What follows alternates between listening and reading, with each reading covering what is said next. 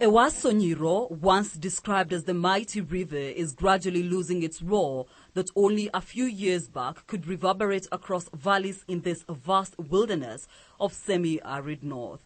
This third longest river in Kenya, stretching 700 kilometers, also known as the River of Brown Water, is now a pale shadow of its former self.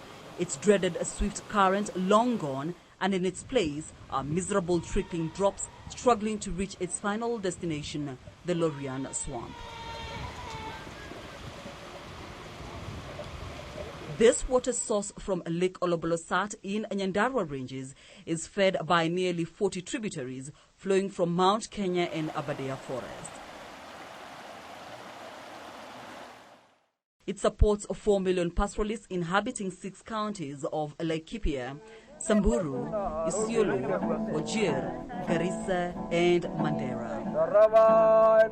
Mafugo kila kitu ndio natumia. Iko na mbuzi, kila bande yote, gamia na pia mnyama ya burini. Hii matumizi hata kila kitu ndio natumia. Hata sisi hata maji sisi nakunya ni ile mstoni.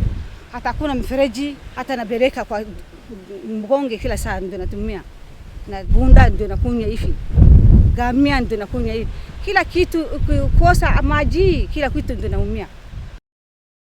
The river does not only support people and livestock, but is key to survival of tourism sector in this region. Survival of many species of wildlife that inhabit Ewasonyiro ecosystem solely depend on the continuous flow of this river. There is a lot of human activity, encroachment along the river, and the riparian zones are badly endangered, and this is causing a lot of pollution. Our wildlife is dying. There's a lot of migration to do with wildlife because those areas that wildlife depend on right now are badly encroached. Climate change, coupled with unregulated human activities like water obstruction and encroachment, both upstream and midstream, pose a big threat on the river. Lakes, springs and rivers that drain into Ewasonyiro have shrunk by more than half. Zamani hii mto inatiririka mwezi 10 kwa mwaka. Lakini wakati hii inatiririka mwezi 2 na ile 10 yote iko dry. Hii chemichemi yote napata maji kutoka hii mto. Inasaidia sisi kutokosana. Sasa hii mto kukosekana, chemichemi na inaenda. Drying up of this important water source could be catastrophic, including heightened bloody conflicts between pastoralists as they fight over water and pasture. Wakati maji inadidimia, watu wengi sana wanapoteza mifugo yao kulingana sababu sisi sote tutakuja pale. Alafu wakati tunakuja pale, hawezi koja moja mbili ambaye anaiba mwingine. Ile kabila ikiiba ingine watu vita itaanzia. Na vita wakati vita itaanzia watu wataanza kupigana. Kulingana kwa sababu ya nini? Kwa sababu mmekuja jua ile maji imekuwa kidogo. This river is now crying for attention.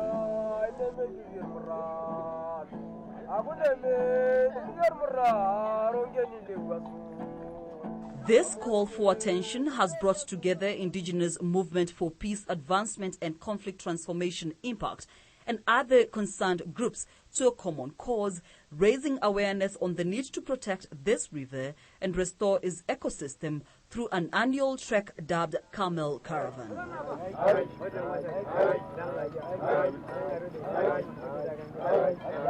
We started a process to reinforce the role of the river and how it contributes to sustain both human and wildlife, and also the ecosystem around it. So we started a Camel Caravan to raise the profile of the issues facing the river. Upstream we have flower farms, areas about Abadeas, Nyeri and Nanyuki. These are very many flower farms. Also, the livelihood systems on the other side is more in smallholder farmers. They depend on the river to extract water in a way that's not controlled or regulated. So you realize that very little water comes downstream. So we start this campaign to raise the profile of those challenges, to increase the awareness of the threats facing this river and its importance in the northern Kenyan people.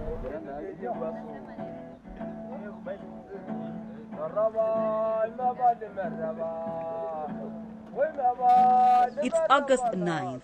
2018 Camel Caravan Week kicks off, and the volunteers are back for an activity they have been carrying out in the last 4 years.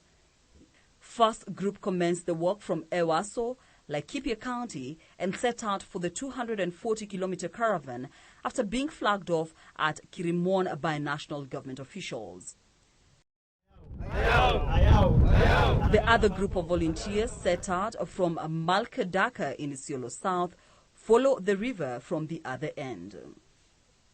More than 200 volunteers, comprising both the youth and elderly, set out on a 5-day journey through thorny thickets and wildlife-infested grasslands, trekking along the river for one purpose: to catch the attention of the authorities to put measures to conserve the river and sensitize those who utilize this natural resource on the importance of coexisting peacefully.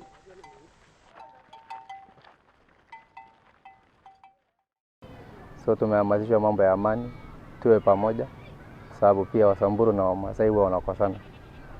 Wamesikia wamekosana na Waborana. Na tumeanzia huko mambo ya caravan. Na tunatarajia tutaweza kufika kilomita karibu 400 kuhamasisha amani. Tunaona tutapata mabadiliko. Watu wameanza kubadilika. Pia caravan itaenda kukafa mambo na amani. Kuna Wasamburu, Waborana. Mwisho nadhani itakuwa ni kule Achas Post. The journey from Samburu took them from Ewaso Kirimon to Old Onyiro to Kipsing, crossing Ewaso River at Westgate through Kilitamani and eventually to Achas Post, where the two groups would meet. Along the journey, awareness activities were carried out, sometimes extending to households. Kenya na encourage these communities when you wanafuga wanyama like the Ma, like the Borans, these pastoralists. Mimi naweza encourage like this river. Mostly we do fight because of the river, but naweza waambia let's not fight for it. No matter how it is limited, let's just use the little things we have, because inaweza to sustain sisi wote. So there's no need of fighting. We just be together. We just use the limited items that we have, and then we live in peace without any quarrels.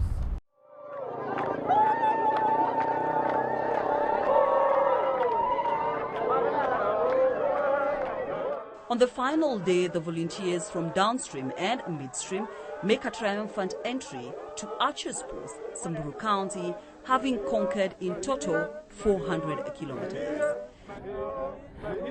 Safari ilikuwa ngumu, watu tumeshoka na tumekasana tumefika hapa.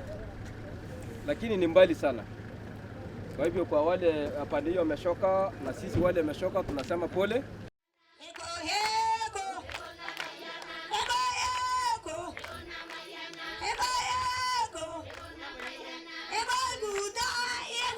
The smiles on their faces, the dance and celebrations are for great achievement, having conquered the treacherous journey with no ugly incident. At the public meeting with national and county government officials, the message is all clear.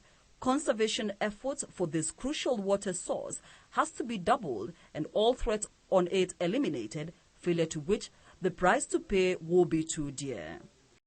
Sasa tunataka kuweka sheria kama kaunti ya Isiolo, ya Samburu na Laikipia. Tuweke policy ili tuweze kusema riparian area kuna kutoa changarawe. kwa sababu hiyo changarawe ndio damu ya kuweka hiyo maji ama ya kureserve hiyo maji. Wakati maji inakuja yote inabebwa, hiyo mchanga ingesimamisha na tungekuwa na maji. Unaona hii mto hii ambayo ni muhimu sana kwa maisha yetu ya pastoralism. Hatuna mto mwingine, kwa hivyo lazima tuchunge hii mambo. Unasikia ati beach plot, alafu unaweka huko, usimutafanya waso ikufe. Kwa hivyo acheni mambo ya beach plot iende mbali, ili wanyama waweze kuenda na kunywa maji kwa usalama. Vile sisi tunataka usalama, hata wanyama wanataka usalama. Na hii mambo ya kukata miti tuache kabisa, maanake hii miti ndio maisha yetu. This annual walk has caught the attention of the leaders. Memorandums have been signed, commitments made, and construction of mega dam at Crocodile Joe stopped, all geared towards safeguarding and restoring a Wasonyiro ecosystem.